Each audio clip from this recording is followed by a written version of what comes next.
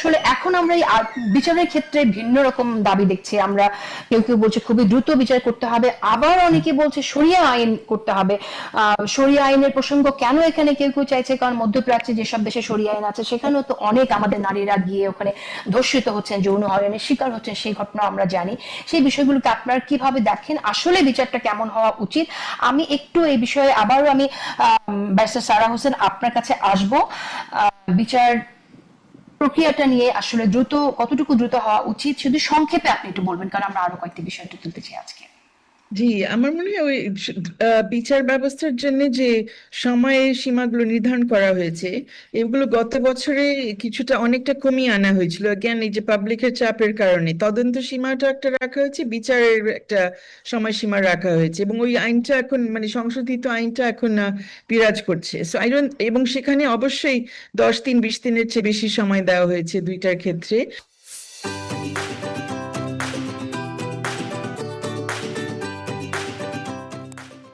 So ওই ওই সময়টার মধ্যে যদি বিচারটা এবং তদন্তটা হয়, আই থিঙ্ক সেটা যথার্থ। এবং অতীতে আমরা যেটা ওকে। দেখি যে এই সময়সীমাগুলো রাখলেও ইনএভিটেবলি কোর্টের কাছে এসে আবার বারবার সময় নেওয়া হচ্ছে যে তদন্ত করা যাচ্ছে না, সেটা ডেফিনেটলি একটা প্রবলেম। বাট একই সাথে আমি আমি বলতে চাই না আগে থেকে যে কত দূর দরকার, যেহেতু লিমিটটা আছে সেটা মেনটেন করা উচিত। আর একটা জিনিস বলতে চাচ্ছি যে আইনের সংশোধন তো সবে মাত্র হলো, গত 1 বছরের মধ্যেই হয়েছে, কিন্তু আইনটা নতুন করে সংশোধন করার পরে ওটা যে সবার জানতে হবে, শুধু আমাদের সাধারণ পাবলিকের না, যারা এই আইনটা প্রয়োগ করার জন্য যাদের দায়িত্ব রয়েছে, বিচারক বলেন, পুলিশ বলেন, ডাক্তার বলেন, কোর্ট অফিসার বলেন, সমাজসেবার লোকজন বলেন, তাদের কাছে কি আসলে প্রশিক্ষণ দেওয়া হয়েছে কিনা আমি বলতে পারছি না।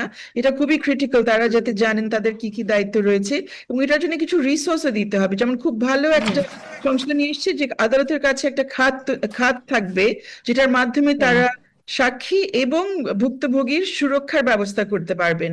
কিন্তু ওই খাতে আসলে টাকা বন্টন হয়েছে কিনা, বিতরণ হচ্ছে কিনা, সুরক্ষার ব্যবস্থা গত 1 বছরের মধ্যে হচ্ছে কিনা আমি জানি না। আমার মনে হচ্ছে এই ঘটনা, আজকের এই পল্লবীর ঘটনা আমাদের জন্য একটা ওয়েক আপ কল, যে আমরা শুধুমাত্র সাজার দিকে না তাকাই, কিভাবে আমরা এই যে চেঞ্জ গুলো আনবো, সিস্টেমের চেঞ্জ গুলো আনবো, এখন সেই সুযোগটা আছে। শাম্মী আখতার এমপি আমাদের সামনে আছেন, উনি এই বিষয়গুলো হ্যাঁ, কিন্তু সংসদেও তুলতে পারেন। কিভাবে কিভাবে আসবে সেটা আমরা একটু কথা বলতে চাই, কারণ আমরা জানি যে এই ঘটনাগুলো ঘটেই চলেছে। আমি একটু ডেটাটা একটু সামনে আনতে চাই যে মানবাধিকার পর্যবেক্ষণ সংস্থা হিউম্যান রাইটস সাপোর্ট সোসাইটির রিপোর্ট অনুযায়ী 2025 সালের 1 জানুয়ারি থেকে চলতি বছরের 30 এপ্রিল পর্যন্ত 16 মাসে নারী শিশুর উপর নির্যাতনের প্রতিবেদনে দেখা যাচ্ছে 3011 জন নারী ও কন্যা শিশু ধর্ষণ সহ বিভিন্নভাবে নির্যাতনের শিকার হয়েছে।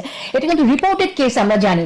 এর বাইরেও অনেক কেস থাকে যেটা আসলে রিপোর্টেড হয় না। আমরা জানি যে এমনকি মাদ্রাসায় কন্যা শিশু বা ছেলে শিশুরাও কিন্তু আসলে ধর্ষণের শিকার হচ্ছে, এবং অনেকে গোপন রাখছে, দীর্ঘদিন ধরে সামনে আসছে না।